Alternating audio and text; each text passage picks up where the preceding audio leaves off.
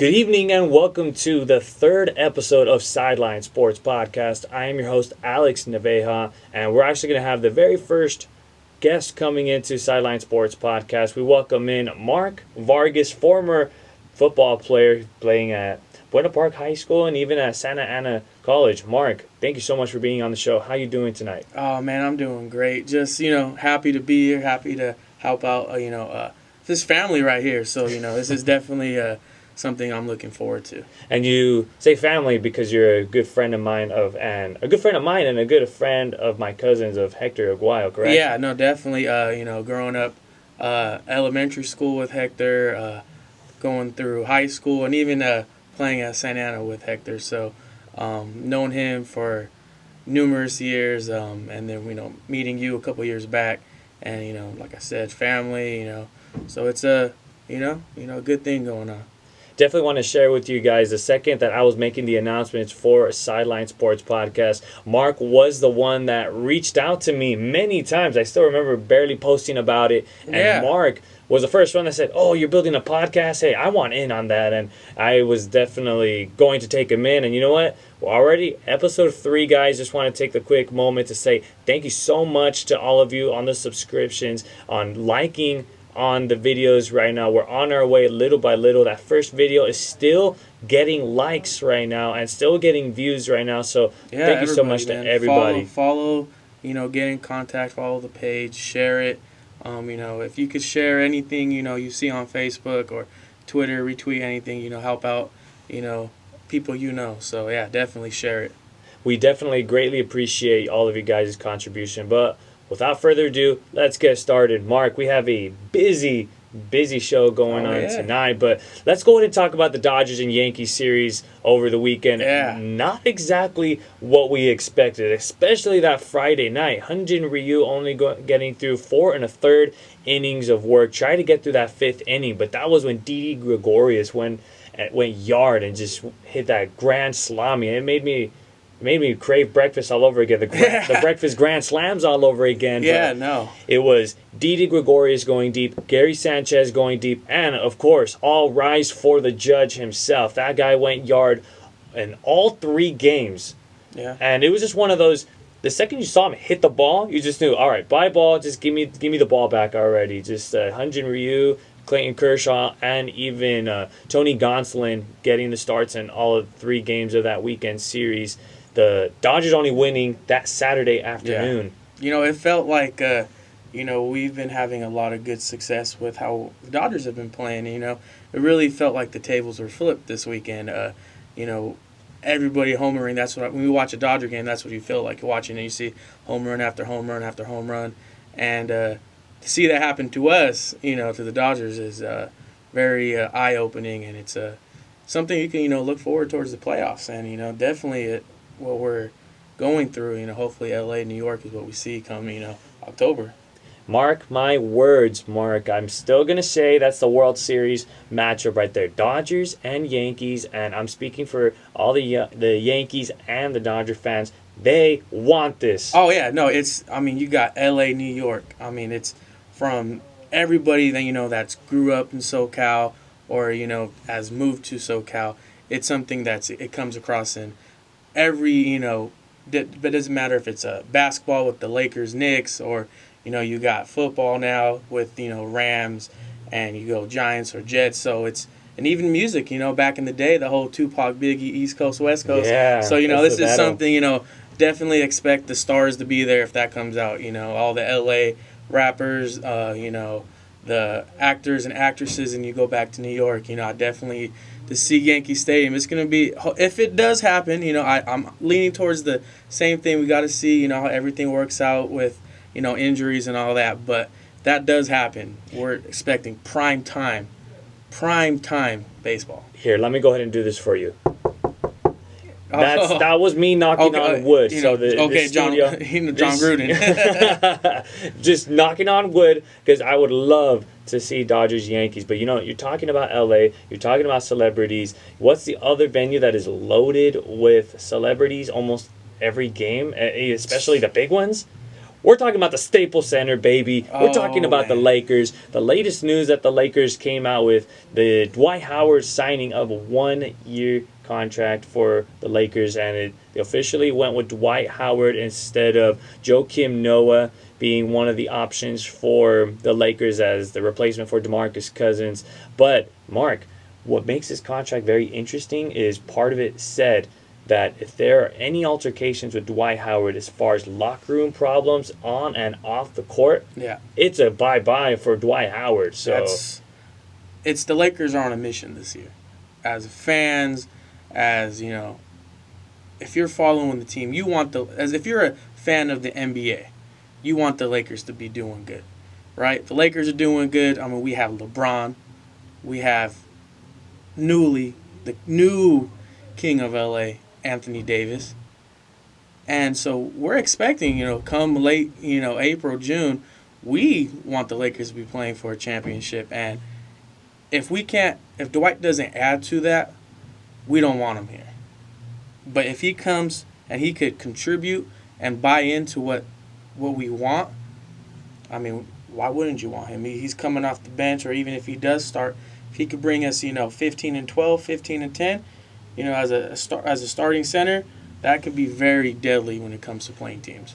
Hey, I mean, as far as all the options are concerned with all of the centers that they were choosing, I really think Dwight Howard was the right choice, but only if we're going to get the vintage Dwight Howard. I know I'm asking for too much right now. Vintage Dwight Howard from the Magic. I'll even take, even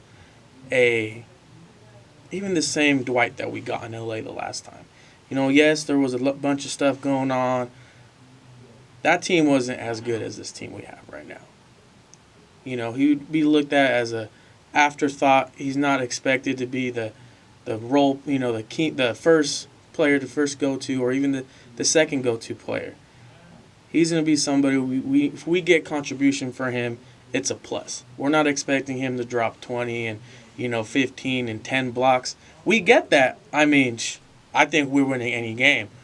But if we get a Dwight that comes in either off the bench or, a limited amount of minutes, and he's able to hold his own and able to contribute, I mean, what more can you ask for? I mean, you can't really ask for much from Dwight Howard. From what I read up on Dwight Howard is that he actually had surgery in his lower back, and then he lost 25 pounds. Yeah, no, I mean, that's from all the good things that people were talking about Boogie, right? He lost weight. He looks like he's hungry to play basketball again. He's in probably, people were saying that Boogie is in the best shape of his life. We're hearing the same things about Dwight. He's, in the best shape he's been in a long time.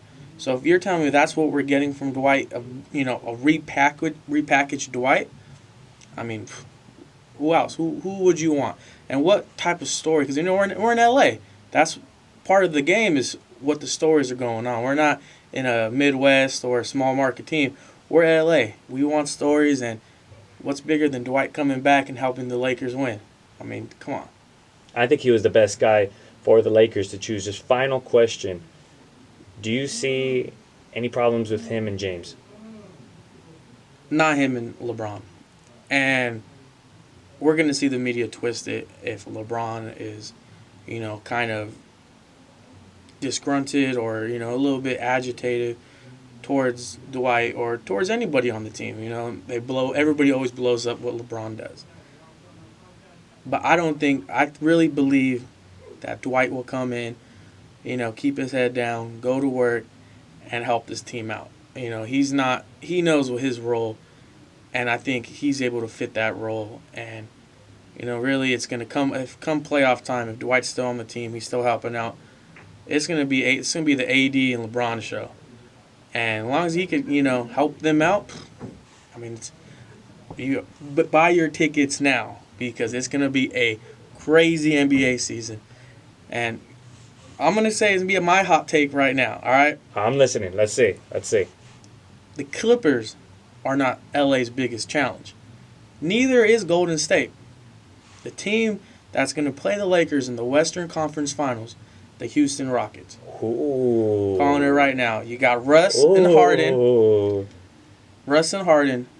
And people are forgetting about, Capella. Capella's one of the best bigs in the league.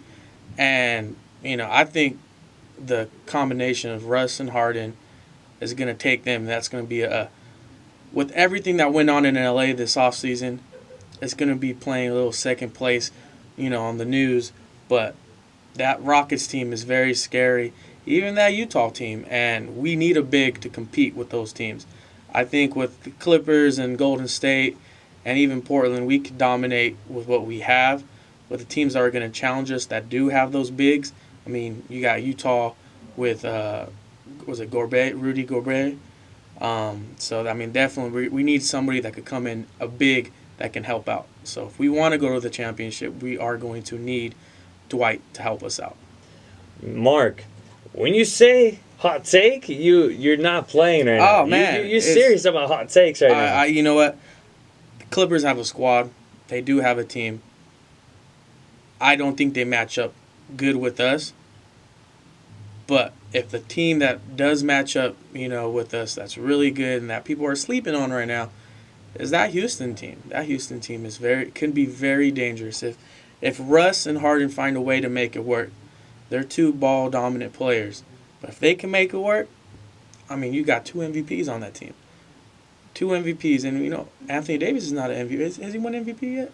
He hasn't won an MVP, but I mean, he's definitely competing for it. He's an MVP caliber player. But those are 2 teams with MVPs right there.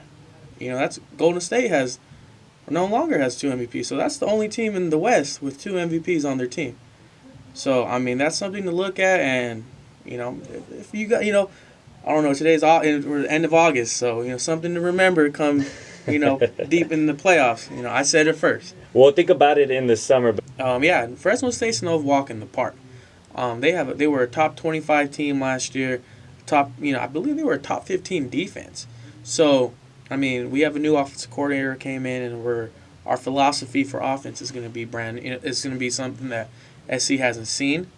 Very much similar to the Texas Tech offense with the air raid. Expect a lot of passing going on, and not necessarily deep balls. It's going to be just, we're going to be getting the ball out quickly, but for that Fresno State game this weekend is going to be a real good challenge. Also, a good test to see what SC is bringing to the table this year. So it's not going to be one of those games where the big, D1 schools challenging the community college from up north or from, down Mississippi. They're going to be playing some top-notch competitors. Exactly. This year. We're playing, week 1 is going to be a good test. So, I mean, right off the bat, I expect SC to, come out and compete. So, yeah. But yeah, no, with everybody that was brought in, I think that there's a new life in SC this year. Well, I'm hoping that that's the case this year because there were some games that I watched with SC, and it just looked like they were already hanging up the towels. They were already giving up like throughout the game. This is the 4th quarter, and they were already committing some big-time penalties, and it's just, what are you doing? You're giving up these games, and you're giving up these yards. There were a couple of games like that, and SC was just... They had an opportunity to slam the door on their opponents, and they let it go. Yeah, they could have at least finished in second, at least in the conference, because Utah. I mean, I don't even believe Utah had like the best of years either. I felt like they could have been somehow in the mix, but that's a sign of a team that is mentally weak. I mean, I don't think they were a physically weak team last year. They weren't bad, but they were bad when it came to the mental part of the game.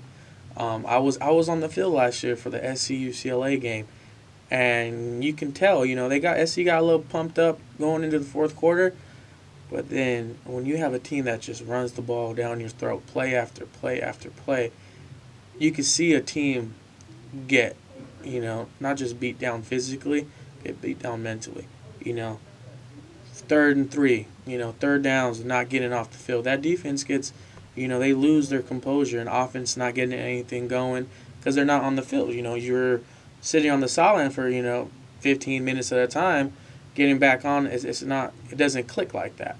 So I mean, numerous games, like you said, that's what it felt like watching. SC would go out there and start off fast or come out running, but man, it's one thing to be mentally weak, but they were hurt a lot last year. So, I mean, star players getting hurt, and it's a long season. It's, football started, I want to say, a month ago. I mean, that's just people coming back.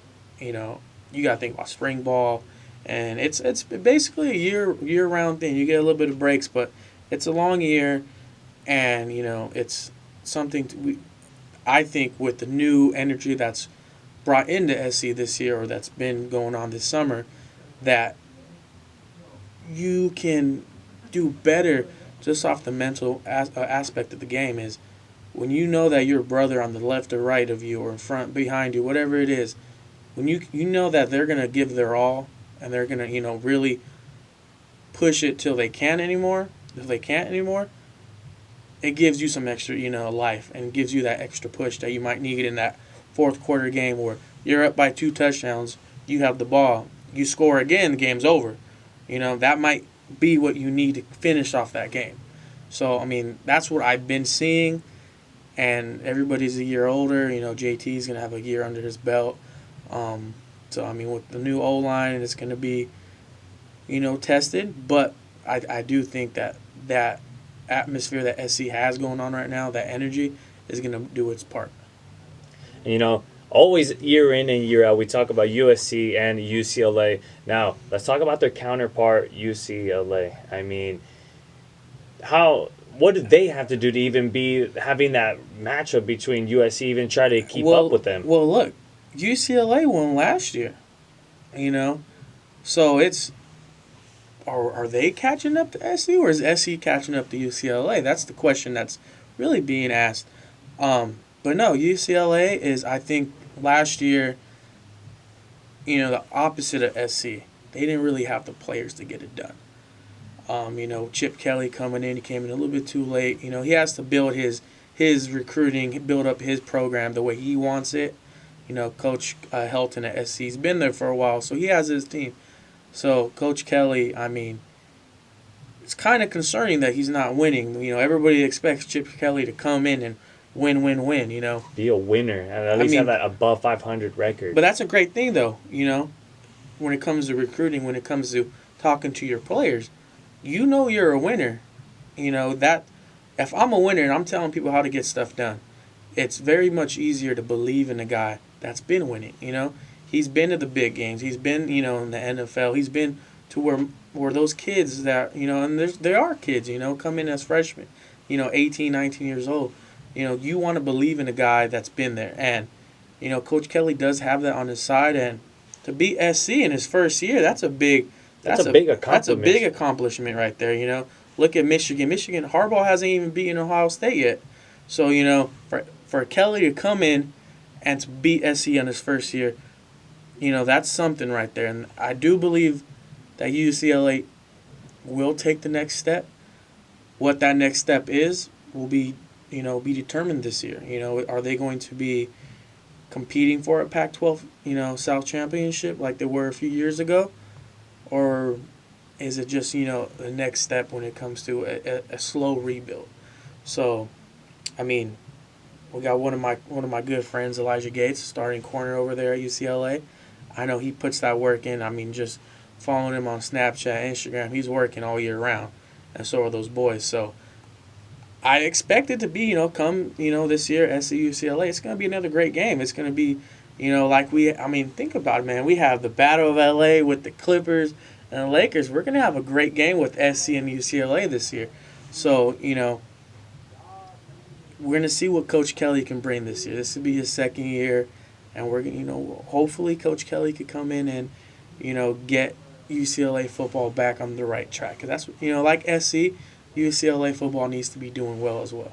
Yeah, it's just to have that representation of Southern California, just to make sure that these two programs are really representing it well. And these two schools have such great football background. Yeah, the tradition, the history.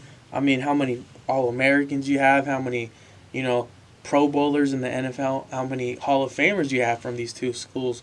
So, I mean, it's an honor to just say, if you're a pro ball player, to say, oh, I came from UCLA or I came from USC. Yeah, that's definitely something that I felt really good. When I played at Santa Ana College, we went to a bowl game, and you doing well, this doesn't help out just the future players of Santa Ana. It helps out the whole area. Yeah, I mean, you got the amount of players that are playing locally. It's it's much bigger than just a game that's played in the season. It's so much. The community of LA and OC and the Inland Empire of just Southern California. It's that game determines so much throughout the year. So it's exciting. It's exciting this year. UCLA. Hopefully they, and I'm talking hopefully. They beat SC last year. So, as a program, hopefully they do take that next step. And like I said, it does help out with numerous things that goes on in SoCal. So, quick question: SC or UCLA? You know what? As of right now, I'm believing. I'm believing in the atmosphere, believing in the energy. SC, they're gonna be something special this year. I'm expecting maybe a 2 or 3 loss SC team this year. So I'm gonna go SC. But it's gonna be a close game. It'll be in the Collie, and we'll say 17-14. Wow, that's pretty close. It comes down to the field goal. Yeah, it comes down to a field goal. Because you know what? That SC's atmosphere, SC's energy is going to keep them pretty much in any game this year. So, at the Coliseum, the new, renovated, beautiful, Los Angeles Memorial Coliseum is going to be filled up, and it's going to be looking nice when, SC does take that victory this year. Well, Mark, we definitely have to go to a game this year because, believe it or not, I have not been to a USC or even a UCLA game, so I definitely have to check we gotta be. out. We can make it work. We can make it happen. It's very much different from a pro game. You go into the energy of the fans. Walking into either the Rose Bowl or walking into either the Coliseum on a Saturday night. You just feel a different. Different vibe. It's a different vibe. It's a lot. It's people that put all their hard work, money, and it's tradition. Like, it's really a tradition thing. Like, the pros, you get, it's more of like, oh yeah, we're going to the NFL game, we're going to the NBA game. But walking into the college basketball games, walking into the baseball games. There are people that have been fans since over 100, over 50 years ago. Family is my great, whether it's, you hear stories of, well, my great-grandfather or my great-grandmother went to SC or went to UCLA, and, we're a SC family or a UCLA family. And that's what it really is, when it comes to their aspects of what their daily life is. So it's something special, and we can make that happen this year for sure.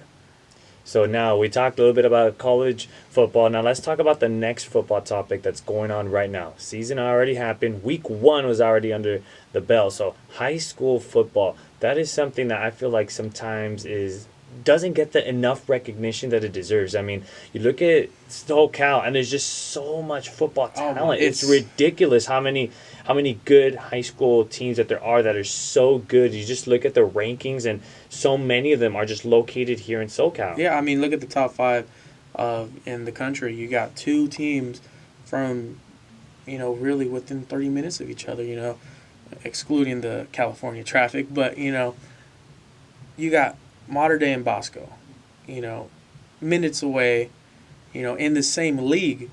So they're playing each other, in the regular season. It's not something you'll come playoffs. I mean, you will see them come playoffs again. But, I mean, like you said, high school football, it's, we look at other states. You look at Florida, look at Texas, look at, Ohio, even Washington usually have good teams, or New York, New Jersey. But what's so specifically, unique to SoCal football, high school football, is you can literally go from city to city, from, depending, look at some of the schools in LA, really block to block sometimes.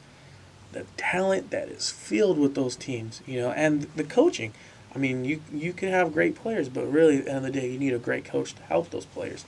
But, I mean, you don't see that, even in California. You look at it from the Northern California, and you have the Southern California, Southern section. And I mean, you can go from division to division. There's players that are D1 from the top D1 or from the open division all the way to D13. You're going to find D1 players.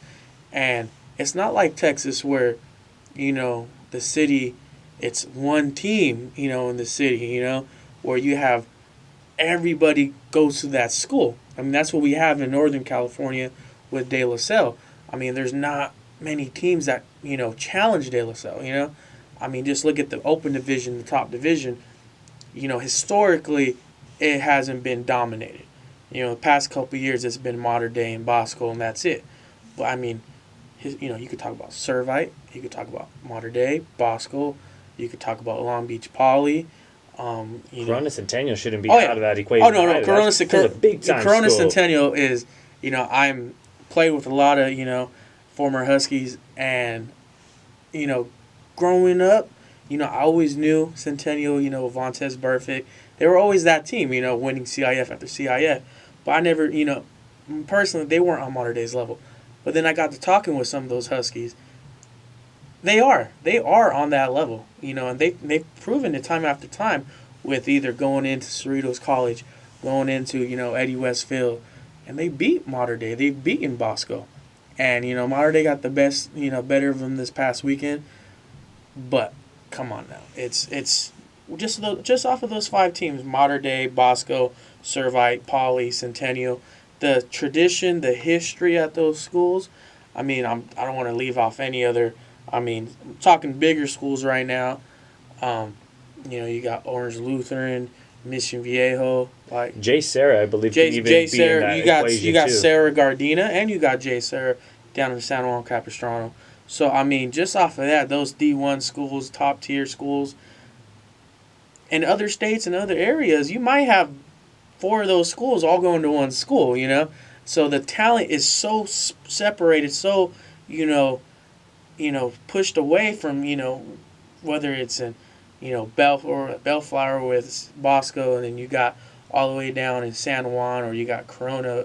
Those players are separated, and you got all that in between. Locally you got Mater Dei, Poly, Olu, Servite. Those are all schools where especially Servite. You got Servite right 15 minutes away from Mater Dei, at a bigger different state, different area. Those kids are going to school together. So it's like, if you don't love high school football, it's maybe you haven't been around it, but once you get hooked onto it, it's something that's so special. That Friday night lights, it's amazing. Nothing beats it. I've played in games where it's played in conference championship games in college, played in bowl games in college, played in homecoming games in college at in Indiana and Illinois, at smaller schools. But still, that tradition, like I said, building on. Nothing beats those Friday night lights. Nothing beats those Friday night lights. It could be just a random week 4 game at home, and you get to walk out, and you get to see everybody you go to school with, your friends and family, the coaches, and that's something. Being on the coaching side last year, I learned a whole new sense of respect and sense of like, these coaches, they're spending, if not the same time, more time than the students are, than the athletes are. And it is true, kids have school and all that, but the long hours that coaches put in. I'm going to give a shout out to Coach Sober at Buena Park High School. Let's get these Coyotes rolling. And then my former head coach, Coach Anthony White. Thank you guys for everything you guys did and continue to do. So shout out to all the coaches out there. You guys get underpaid, but you guys do so much for building not just the boys that are playing. They turn these boys into men. So shout out to you guys.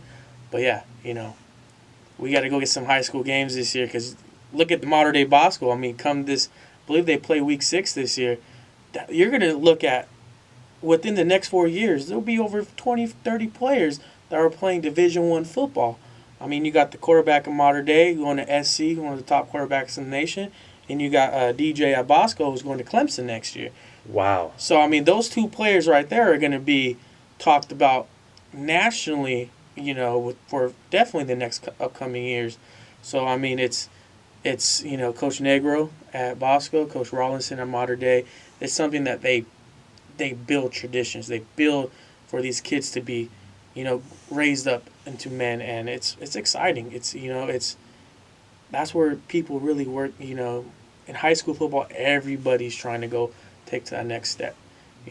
I don't really find players that are just playing to play. No, these are players that have so much talent in the sport, and they're just really looking for a future to play in a Division I high school. Like these kids are really they are being raised up. These kids are 5 years younger than me, 6 years younger than me, and when I was growing up, it was starting, and you could see the foundation of what high school and what youth football looks like today. You can see it forming, and these kids are raised, are trained from 6, 7 years old, all the way up into now high school, college, and like a kid like JT Daniels. I mean, he played on all the best youth Pop Warner Junior All-American teams growing up, and you build that. It's an expectation that you're not going to a small school. You're going to the top tier high school in the country, and you're going to compete, and you're going to win, and then you're going to go on to one of the top tier schools in the country for Division I football, and then after that you're going to the league. I mean, so it's very much a business in high school football for the ones that take it to the next level, and I'm personally a fan of it because a lot of these kids are come from backgrounds that they're not going to find anything out. It's either a sport or they're getting a job, but they're not going to see the rewards that they see now coming from football. They're going to come in and they're going to be in a world that they would have never experienced without playing football. So high school football, I mean, we could talk about so many schools, so many different stories that goes on, and that's what's unique about each program. There's a story going on at that team, that school, that's unique to itself.